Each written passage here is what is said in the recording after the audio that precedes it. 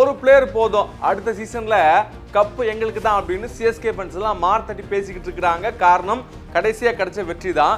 So 2026ல CSK உடைய probable 11 யாரு, தேவைப்படக்கூடிய அந்த ஒரு பிளேயர் யாரு பார்த்துருவோமா?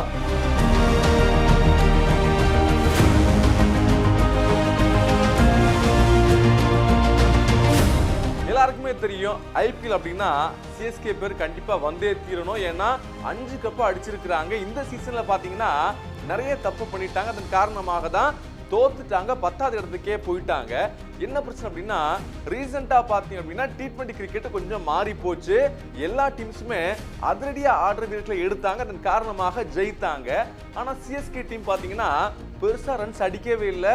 பவர் பிளேல பாத்தீங்கன்னா ஸ்ட்ரைக் ரேட் ரொம்ப கம்மியா இருக்கு. இந்த மாதிரி சில காரணங்கள் தான் சிஎஸ்கே தொடர்ச்சியா 5 போட்டி தோக்குறதுக்கு ஒரு ரீசனா இருந்துச்சு. சிஎஸ்கேவா இப்படி தோக்குறாங்க அப்படின்னு நமக்கே ஆச்சரியமா இருந்துச்சு. ஒரு கட்டத்துல பாத்தீங்க அப்படின்னா சிஎஸ்கேவால பிளே ஆஃபுக்கு போக முடியாது அப்படிங்கிற நிலை ஏற்பட்டுச்சு. அந்த நேரத்துல பாத்தீங்கன்னா காயம் காரணமாக இந்த வீரர்கள்லாம் வெளியேறாங்க அப்படின்னு சில வீரர்களுக்கு பதிலாக நிறைய பிளேயர்ஸ் எல்லாம் எடுத்தாங்க. அந்த வகையில தான் பாத்தீங்கன்னா ஆயுஷ் மாத்ரேவ் எடுத்தாங்க, பிரவிஸ் எடுத்தாங்க, உர்வில் பட்டேல் போன்ற ஆட்கள்லாம் எடுத்தாங்க. இந்த 3 பிளேயர்களுமே ரொம்ப சூப்பரா ஆடினாங்க. இதெல்லாம் பாக்குறப்ப சரி ரைட் அப்பா, அடுத்த வருஷம் சிஎஸ்கேக்கு ஒரு தரமான பேட்டிங் லைனப் இருக்குது அப்படிங்கிற நம்பிக்கையே கொடுத்துச்சு. ஆனாலும் பாத்தீங்கன்னா இவங்க வந்த ஸ்டார்டிங்ல விக்கெட்ஸ் நிறைய போய்கிட்டே இருந்துச்சு. ஆனா கடைசி ஒரு கட்டத்துல பாத்தீங்க அப்படின்னா இந்த ஆர்டர் செட் ஆக ஆரம்பிச்சிருச்சு. ஓகே, இந்த பிளேயர்ஸ் எல்லாம் ஸ்ட்ரைக் பண்ண ஆரம்பிச்சிட்டாங்க அப்படின்னா நிச்சயமாக சிஎஸ்கே பேட்டிங்கும் ரொம்ப தரமா இருக்கும் அப்படிங்கிற மாதிரி சொல்லிக்கிட்டு இருந்தாங்க. அதே மாதிரி பாத்தீங்கன்னா தோனி கூட சொன்னாரு, நாங்க இங்க இருந்து அடுத்த சீசனுக்கான பிளேயர்ஸ் தான் எடுக்க போறோம், இங்க டீமை கட்டமைக்க போறோம்னு சொல்லியிருந்தாரு. அந்த வகையில் அந்த ஓட்டைகளை கொஞ்சம் கொஞ்சமா அடைச்சிட்டு வந்தாங்க சிஎஸ்கே.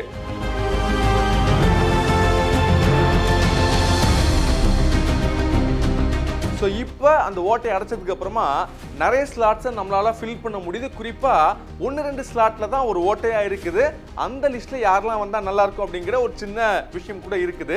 அந்த வகையில் அடுத்த வருஷத்துக்கான ப்ராபபிள் 11ல நம்பர் 1 கண்டிப்பா ஆயுஷ் மாத்ரே வந்தே ஆகணும். ஏன்னா போன வாட்டி பாத்தீங்கன்னா ராகுல் திரிபாத்தியை ட்ரை பண்ணாங்க. உண்மையை சொல்ல அப்படின்னா தீபக் கூட ஒருவேளை ட்ரை பண்ணிருக்கலாம், நல்ல வேலை பண்ணல. பட் இந்த இடத்துல அவர் செம்மையா செட் ஆயிட்டாரு.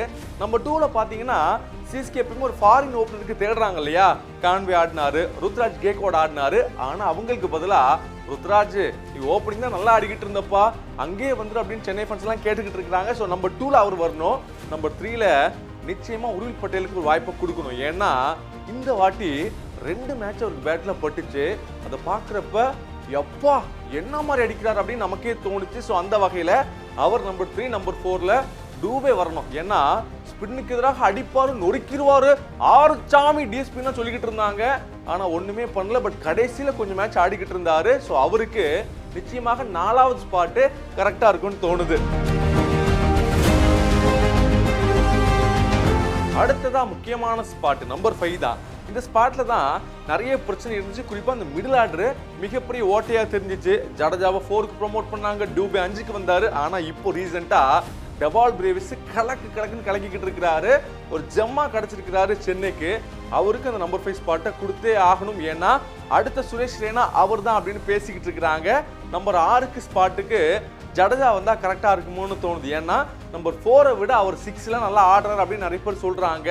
நம்பர் 7ல பாத்தீங்கன்னா இங்க தான் சிஎஸ்கேக்கு ஒரு மிகப்பெரிய ஓட்டு இருக்கு. ஏன்னா நம்ம பார்த்திருப்போம், சாம் கர்னை ட்ரை பண்ணாங்க, ஜேமி ஓட்டனை ட்ரை பண்ணாங்க, இந்த மாதிரி நிறைய ஆட்களை ட்ரை பண்ணாங்க. அந்த இடத்துக்கு பதிலாக தான் நிச்சயமா ஒரு ஃபாரினர் வேணும், ஆனா பினிஷரா வேணும் அப்படின்னு நமக்கு தோணுது. என்ன காரணம்னா ஆர்சிபில பாருங்க, ரொமரியோ ஷெப்பர்ட் என்ன அடி அடிக்கிறாரு, அதே மாதிரி டிம் டேவிட் இருக்கிறார், என்ன அடி அடிக்கிறாரு. அந்த மாதிரி ஒரு ஃபாரின் பினிஷர் வெஸ்ட் இண்டீஸ்ல இருந்து வந்தா நல்லா இருக்கும். ஏன் கேமரன் கிரீன் கூட அடுத்த வருஷம் ஆக்ஷன்ல இருப்பாரு, எடுங்கப்பா அப்படின்னு நிறைய பேர் கேட்டுக்கிட்டு இருக்கிறாங்க. நம்பர் 8 தான் தலைக்கான ஸ்பாட். ஏன்னா ரீசெண்டா அப்படிதான் வந்துகிட்டு இருக்கிறாரு, அந்த இடம் அவருக்கு தான்.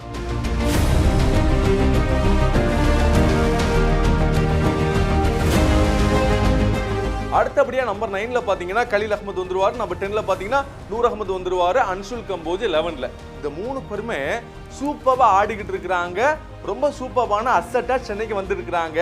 சோ 12 தான் பாத்தீங்க அப்படின்னா நிறைய பேர் சொல்றாங்க அஸ்வின் இருக்கிறாரு, பட் அஸ்வின் சில பிச்சர்ஸ்ல தேவைப்பட மாட்டாரு. ஸோ 12ல பார்த்தீங்கன்னா பத்ரனா தான் இம்பாக்ட் பிளேயராக வந்துகிட்டு இருக்கிறாரு. பட் பத்ரனாவை ரொம்ப நம்ப வேணாம். ஏன்னா காயம் காரணமாக நிறைய மேட்ச் உட்கார்ந்துடுறாரு. பவுலிங் ஆக்ஷன்லாம் மாறி போச்சு. ஸோ அவருக்கு பதிலாக இன்னும் பவர்ஃபுல்லான ஆட்களை எடுத்தா இன்னும் நல்லா இருக்குமோன்னு பேசிக்கிட்டு இருக்கிறாங்க. ஸோ ஒருவேளை இந்த கட்டமைப்போட சிஎஸ்கே அடுத்த வாட்டி வந்தீங்கன்னா அடுத்த சாலா கப்பு எங்களுக்கு தான் அப்படின்னு சொல்லிக்கிட்டு இருக்கிறாங்க சென்னை ஃபேன்ஸு.